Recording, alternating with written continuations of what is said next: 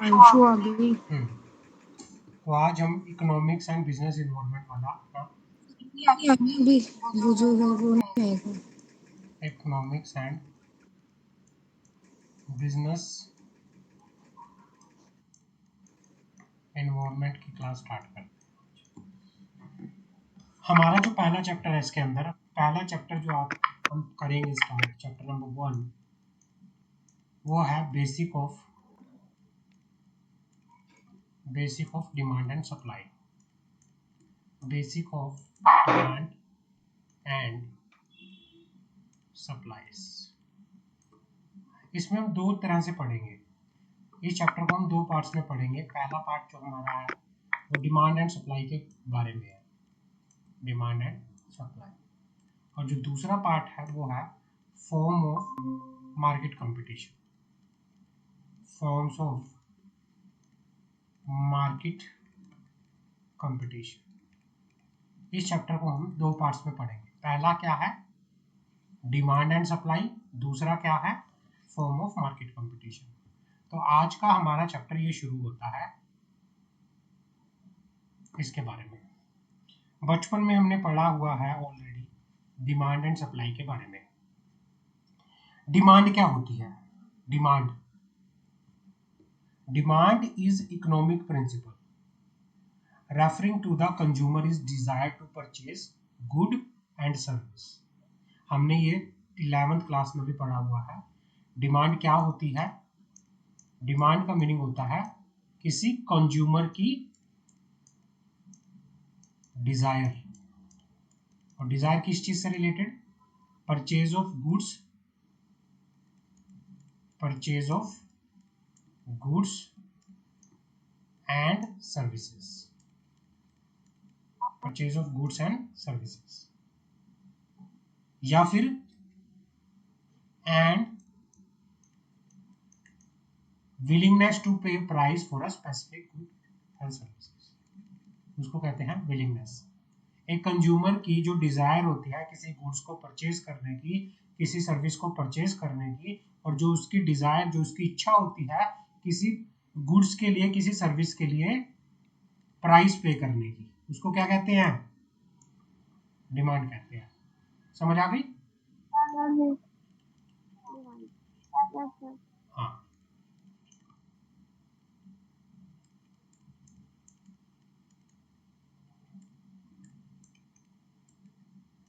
तो ये हमने 11th और 12th में भी पढ़ा है डिमांड के बारे में कि भाई डिमांड होती क्या है। डिमांड का मीनिंग होता है it is a desire of the consumer to purchase the good and services and willingness to pay the price for the specific goods and services. अब मुझे एक बात बताओ, प्राइस में और डिमांड में कैसा रिलेशन होता है? What is the relation between price and demand?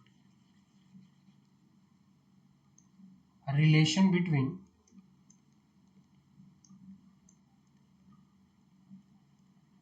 Price and demand.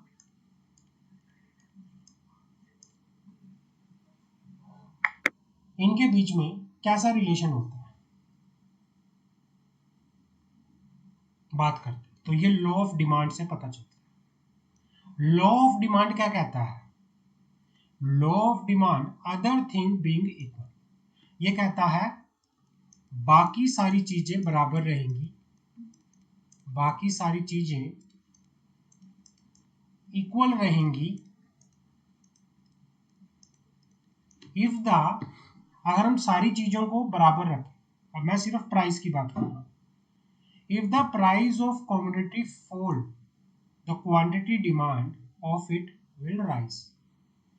अगर प्राइस और डिमांड, मांग और उसके मूल्य के बीच में ऑपोजिट रिलेशन होता है, ऑपोजिट रिलेशन होता है, समझते हो ना? उल्टा रिलेशन होता है। डिमांड बढ़ेगी, डिमांड बढ़ेगी तो उसका प्राइस क्या होगा? अगर प्राइस बढ़ेगा, अगर किसी कमोडिटी का प्राइस गिरता है, अगर किसी कमोडिटी का प्राइस गिरता है तो उसकी डिमांड क्या होती है, इंक्रीज होती है। उसकी डिमांड क्या होती है, इंक्रीज होती है। अगर किसी कमोडिटी का प्राइस राइज होता है तो उसकी डिमांड क्या होती है, डिक्रीज होती है। अगर किसी कमोडिटी का प्राइस बढ़ता है उसकी डिमांड घट जाती है, घट जाती है। क्लियर है? उल्टा रिलेशन होता है प्राइस में और उसके डिमांड में। लॉ ऑफ डिमांड कहता है कि भाई सारी चीजें बराबर रहे। अगर मैं प्राइस की बात करूं, किसी भी चीज का, किसी भी वस्तु का, किसी भी कमोडिटी का अगर प्राइस बढ़ता है तो डिमांड कम हो जाती है, डिमांड अगर प्राइस कम होता है तो डिमांड बढ़ जाती है। समझ आ गई? अगर मैं लॉ ऑफ डिमांड की बात करूं, लॉ ऑफ डिमांड की बात करूं, लॉ ऑफ डिमांड क्या कहता है, लॉ ऑफ डिमांड कहता है अदर थिंग बीइंग इक्वल। ये आपको हमेशा लिखना पड़ेगा, अदर थिंग बीइंग इक्वल, बाकी सारी चीजें बराबर हैं।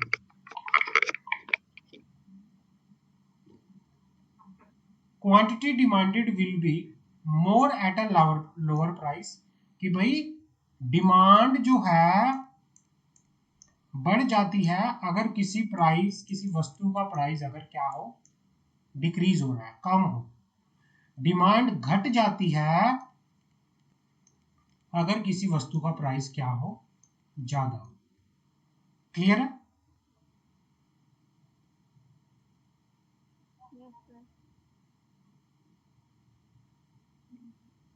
समझ आ गई? अगर डिमांड, किसी वस्तु की डिमांड को किस तरह से कैलकुलेट किया जाता है, किस तरह से डिटरमाइन किया जाता है, उसके लिए फॉर्मूला होता है dx is equal to f multiply by px।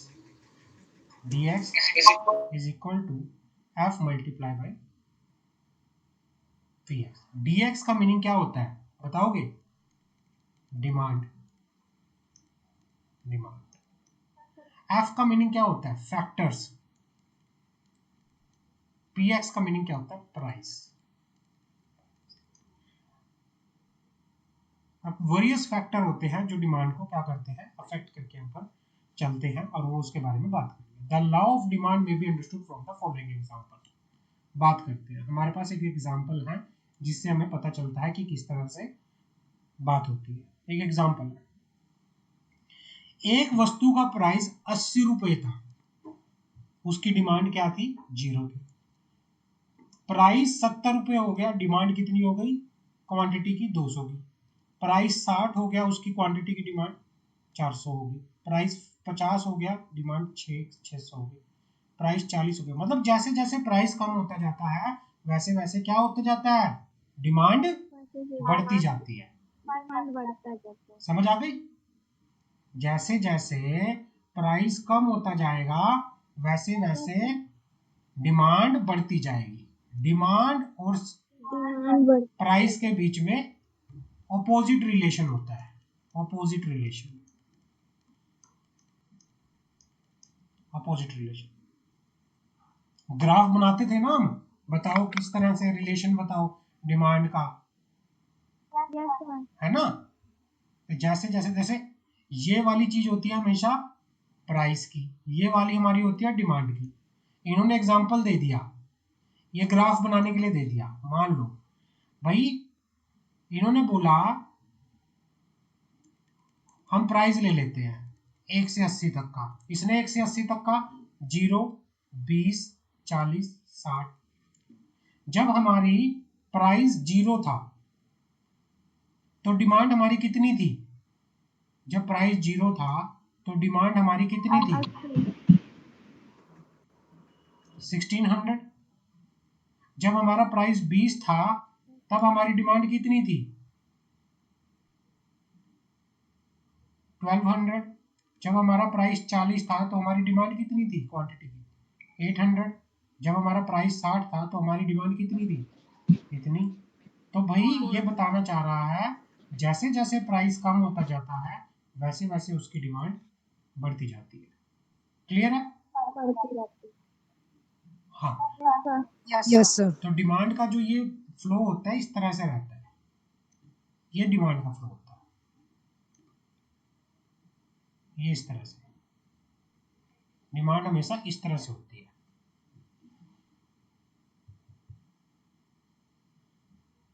It may be observed that with the rise in the price, the demand for the can is, ये कैन क्या है, पर जो वो होते हैं फैक्टर होते हैं, फैक्टर्स पर कैन, कैन का मतलब कोई भी कंटेनर हो गया है कुछ भी, demand for the can is reducing, जैसे जैसे प्राइस कैन का प्राइस बढ़ता जाएगा कैन की डिमांड क्या होगी, कम होती जाएगी। अब कुछ एग्जम्पशन होती है, एग्जम्पशन क्या होती है, हम क्यों मान के चलते हैं, हम ये लिखते हैं ना, other factor remain equal, other factor remain equal क्या होते हैं, कुछ एग्जम्पशन हम लेके चलते हैं, कुछ मान्यताएं होती हैं लॉ ऑफ डिमांड की जिसके ऊपर पूरे का पूरा ये बेस होता है। हम दूसरे फैक्टर को इक्वल क्यों कहते हैं, the above stated law of demand is conditional, it is based on a condition as given, but कुछ कंडीशन आपको क्या करनी पड़ेगी, फुलफिल करनी पड़ेगी, कुछ एजम्पशन होती है। It is therefore always state with the other thing being equal, then it relate to the change in the price variable only। ये कहना चाह रहा है कि भाई प्राइस को छोड़ के प्राइस सिर्फ क्या है, वेरिएबल है, बाकी सारे फैक्टर जो है फिक्स्ड है, बाकी सारे फैक्टर जो है फिक्स्ड है, सिर्फ प्राइस चेंज होगा, बाकी सारे फैक्टर जो है फिक्स रहेंगे। और क्या क्या मानते थे कि कंज्यूमर की इनकम में कोई चेंज नहीं होगा, no change in the consumer is income, no change in the consumer is preference, no change in the fashion, no change in the price of related good, no expectation of future price changes, no change in the age consumption sex ratio population, no change in the range of goods, no change in the distribution, no change in the government policy, no change in the weather condition। ये assumption होती है demand, क्योंकि ये अलग situation होते हैं, demand और supply का रिलेशन देखा जाता है बस, बाकी सारी चीजें इक्वल कंसीडर की जाती है। समझ आ गई? हमने पढ़ा हुआ है ना ये 11th क्लास में हमने, सलोनी, यशु, क्लियर है? हाँ, आगे बढ़ो। अब डिमांड का पता चल गया क्या होता है demand,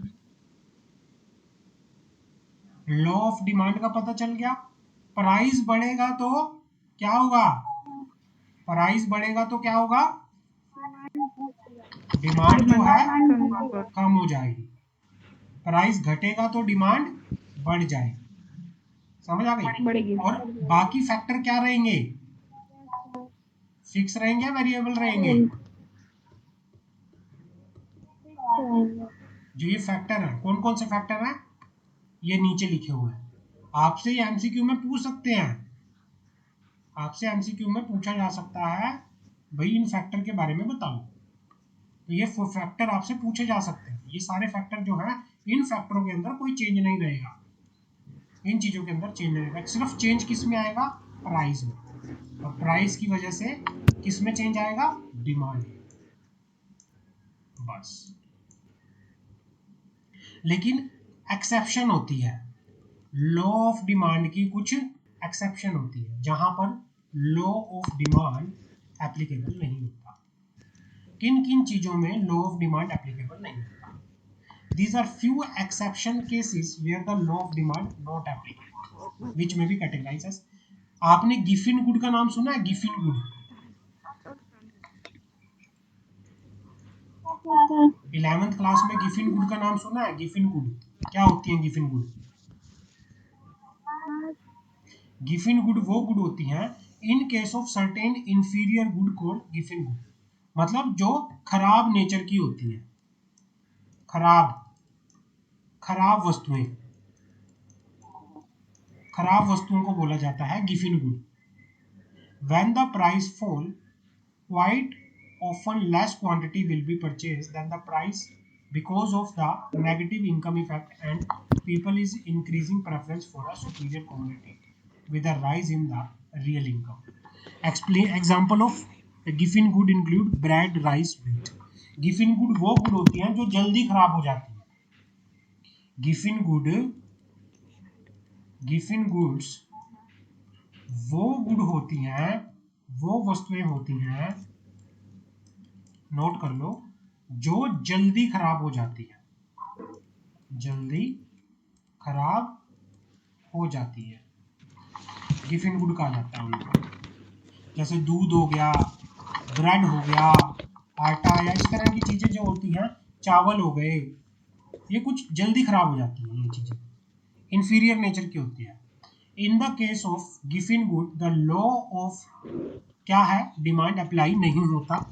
in case of certain inferior good called Giffen good, when the price fall, जब प्राइस गिरता है, जब प्राइस गिरता है, quite often less quantity will be purchase. जब इन चीजों का प्राइस गिरता है तो इनकी जो क्वांटिटी है वो कम परचेज की जाती है. quite less quantity will be purchased because of the negative income effect, because of the negative income effect, and people is increasing preference for the superior commodity. मान लो ब्रेड था, खराब हो गया, और खराब होने की वजह से उसका प्राइस कम हो गया. क्या आप उस खराब ब्रेड को खरीदोगे? हालांकि उसका प्राइस कम कर दिया, क्या आप उस ब्रेड को खरीदोगे? नहीं खरीदेंगे. आप दूध का पैकेट लेने गए, मिल्क लेने गए, मिल्क खराब था, फट गया था, दुकानदार ने बेचने के लिए 10 रुपए का पैकेट बोल रहा है आपको, क्या आप लोगे उस चीज को? नहीं लोगे.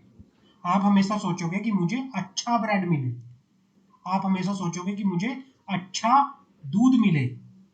आप प्राइस को नहीं देखते उस टाइम, आप देखते हो कि भाई इसकी क्वांटिटी अच्छी होनी चाहिए, आपकी इसकी प्रेफरेंस इसकी सुपीरियर क्वांटिटी होनी चाहिए. तो यहाँ पे लॉ ऑफ डिमांड नहीं लगता, यहाँ पे लॉ ऑफ डिमांड नहीं लगता. भले ही उसका प्राइस कम करके आपको बेचे, लेकिन आप नहीं लोगे, क्योंकि आप इसलिए नहीं लोगे क्योंकि वो खराब चीज है, वो जल्दी खराब हो जाती है. तो उसको बोलते हैं गिफिन गुड्स. क्लियर है बात मेरी? समझ आ गई? कोई डाउट, किसी प्रकार की कोई शंका? No sir.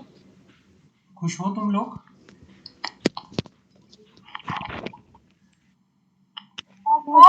खुश हो तुम लोग? Yes sir. और यशु तुम, सुना शादी में एंजॉय कर रही थी कल?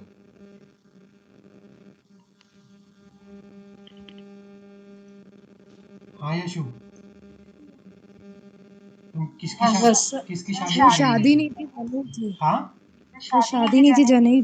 अच्छा अच्छा, जनेई थी. अच्छा शादी टाइप ही होती है पूरी हमारे यहाँ पर. अच्छा अच्छा, चलो बहुत बढ़िया. एंजॉय किया, हाँ सर. डांस वांस किया? हाँ. दूसरी एक्सेप्शन होती है article of snoop appeal. Article of snoop appeal क्या होता है? Sometimes certain commodity are demanded just because of they happen to be expensive and prestigious goods. Snoop appeal का मीनिंग होता है प्रेस्टिजियस गुड, कीमती चीजें, प्रेस्टिजियस गुड, एक्सपेंसिव चीजें, उनको कहते हैं स्नूप अपील. कई बार एक चीज की डिमांड ही तब बढ़ती है जब क्या होता है, उसकी प्राइस ज्यादा हो. जैसे लग्जरी आइटम होती हैं, गुच्ची का नाम सुना है? गुच्ची, क्योंकि प्रेस्टीज है, आप अगर उसको लेते हो। आईफोन का नाम सुना है? आईफोन, आईफोन की डिमांड क्यों बढ़ती है? क्योंकि उसको रखने से आपकी रेपुटेशन, एक एक्सपेंसिव चीज है और एक रेपुटेशन अच्छी लगती है, भाई आईफोन रख रखा है, तो तभी उसकी डिमांड बढ़ती है। तो यहाँ आईफोन के केस में जो ये रूल ऑफ डिमांड है, जो लॉ ऑफ डिमांड है, अप्लाई नहीं होता। एक एक्सपेंसिव चीज आप ले रहे हो, किस चीज के लिए ले रहे हो? अपनी थोड़ी प्रेस्टीज, अपनी थोड़ी वैल्यू बनाने के लिए, दूसरों को अपनी दिखाने के लिए वैल्यू। एक लग्जरी आइटम खरीद रहे हो आप, वो महंगी हो रही है तभी आप उसको ले रहे हो, वो महंगी है और तभी उसकी डिमांड बढ़ रही है। क्योंकि हर कोई आजकल आईफोन क्यों लेना चाहता है? उसको पता है कि यार एक आईफोन अगर लेके रखते हैं तो ये लगता है कि भाई हाँ वाकई में कोई चीज इसके पास है, अच्छी चीज रख रखी है इसकी, थोड़ा अच्छा होगा ये लड़का, कोई थोड़ा ये लड़की अच्छी होगी, कोई इसके पास पैसा वैसा होगा। तो ऐसी चीजों की डिमांड, मतलब लोग क्या करते हैं, डिजायर करते हैं उन चीज के लिए। समझ आ गई? और किसी चीज की, मान लो अब बड़ी बड़ी चीजें, लग्जरी चीजों में चले जाएं, तो लग्जरी चीजें लोग अपनी रेपुटेशन दिखाने के लिए, अपने रुतबा दिखाने के लिए, तो भाई जब कोई चीजें क्या होती है कि भाई किसी चीज की डिमांड तब बढ़ती है जब उसका प्राइस ज्यादा हो जाता है। तो उस केस में अगर ऐसी कोई चीज है तो ऐसी चीज में लॉ ऑफ डिमांड एप्लीकेबल नहीं होता, लॉ ऑफ डिमांड एप्लीकेबल नहीं होता। समझ आ गई?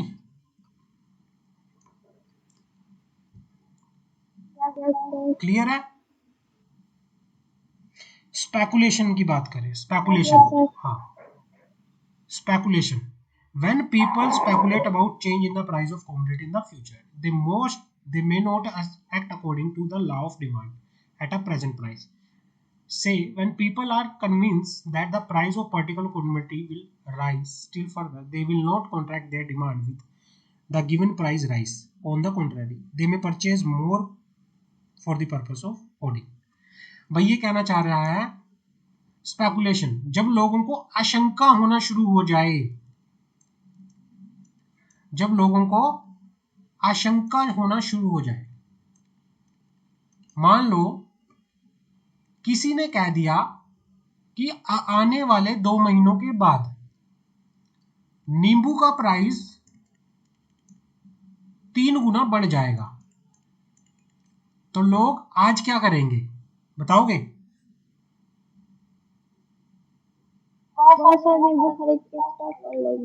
कि भाई अगर लोगों को ये आशंका हो जाए कि भाई यार 2 महीने बाद नींबू का प्राइस बढ़ जाएगा, 2 महीने बाद प्याज का प्राइस बढ़ जाएगा, 2 महीने बाद आलू का प्राइस मान लो 10 गुना बढ़ जाएगा, तो लोग क्या करेंगे, आज ही स्टॉक परचेज करना शुरू कर देंगे कि भाई आज ही ले लेते हैं, रख लेते हैं घर में, ताकि यार महंगा पड़ेगा फिर। तो उस टाइम पे क्या होता है, उस टाइम पे लॉ ऑफ डिमांड काम नहीं करता, जो भी प्राइस आज होगा लोग उसमें परचेज करना शुरू कर देंगे, उसकी होर्डिंग में लग जाएंगे, भागदौड़ में लग जाएंगे। तो स्पेकुलेशन जब आ जाए, स्पेकुलेशन का मीनिंग होता है आशंका होना जब शुरू हो जाए, डिमांड प्राइस को लेके, किसी प्राइस को लेके आशंका हो, शक हो, तो तब भी लॉ ऑफ डिमांड अप्लाई नहीं होता। सलोनी, यशु, अंशु, क्लियर है? कोई डाउट? Yes sir. हाँ, लास्ट हमारे पास है, आज की क्लास का ये लास्ट टॉपिक रहेगा हमारा यहाँ पे। कल की क्लास में हम लॉ ऑफ सप्लाई शुरू करेंगे। कंज्यूमर इज साइकोलॉजिकल बायस और एल्यूजन। When the consumer is wrongly biased against the quantity of the commodity with the price change, he may contract the demand with the fall in price. He may contract with the demand in the fall. कि भाई consumer psychological बाइस है किसी product को लेके, कि जहाँ पे वो सिर्फ एक प्रोडक्ट को लेके पागल है, उसको फर्क नहीं पड़ता इसका प्राइस चेंज हो रहा है या क्या हो रहा है, डजंट मैटर। कई लोग होते हैं सन की कि सिर्फ एक ही प्रोडक्ट चाहिए उनको, मुझे तो कई लोग कहते हैं ना, कई लोग पेस्ट यूज करते हैं, नहीं मुझे तो इसी कंपनी की चाहिए। कई लोग सोप यूज करते हैं, नहीं मुझे तो इसी कंपनी की चाहिए। कई लोग कुछ भी यूज करते हैं, कंपनी सिर्फ वही यूज करते हैं, चाहे उसका प्राइस कम होता जाए चाहे उसका प्राइस बढ़ता जाए। कई लोग मतलब मान लो कोल्ड ड्रिंक पी रहे हैं, किसी को सिर्फ एक ही कोल्ड ड्रिंक पसंद है कि मुझे तो पेप्सी पसंद है, वट एवर प्राइस बढ़ रहा है घट रहा है मुझे नहीं पता, लेकिन मुझे तो पसंद ही यही है, बायस है। तो उस चीज में प्राइस बढ़ रहा है घट रहा है उनको लिए फर्क ही नहीं पड़ता, वो उस प्राइस पे भी, जहां पे साइकोलॉजिकल बायस आ जाए कि भाई एक ही प्रोडक्ट को लेके वो क्या है, वो एक ही प्रोडक्ट को पसंद करते हैं, चाहे उनका प्राइस बढ़ रहा है घट रहा है उनको फर्क नहीं पड़ता, तो वहां पे भी लॉ ऑफ डिमांड अप्लाई नहीं होता। तो लॉ ऑफ डिमांड कहाँ कहाँ अप्लाई नहीं होता, जहां पर गिफिन गुड है, जहां पर खराब गुड है, इंफीरियर नेचर की गुड है, जहां पर जो गुड्स जो जल्दी खराब हो जाती हैं, जहां पर प्रेस्टीज प्रेस्टिजियस गुड्स आ जाए, प्रेस्टीज गुड आ जाए, जहां पर स्पेकुलेशन हो और जहां पर कंज्यूमर साइकोलॉजिकल बायस्ड हो किसी चीज को लेके, तो वहां पर क्या होता है, वहां पे आपका जो लॉ ऑफ डिमांड है एप्लीकेबल नहीं होता। समझ आ गई? क्लियर है? चलो, आज की क्लास में इतना ही करेंगे इसको लेके, नेक्स्ट क्लास में इसको further law of supply start करेंगे, नेक्स्ट क्लास में हम सप्लाई की बात करेंगे। तो आज के लिए इतना ही है इसमें, ठीक है।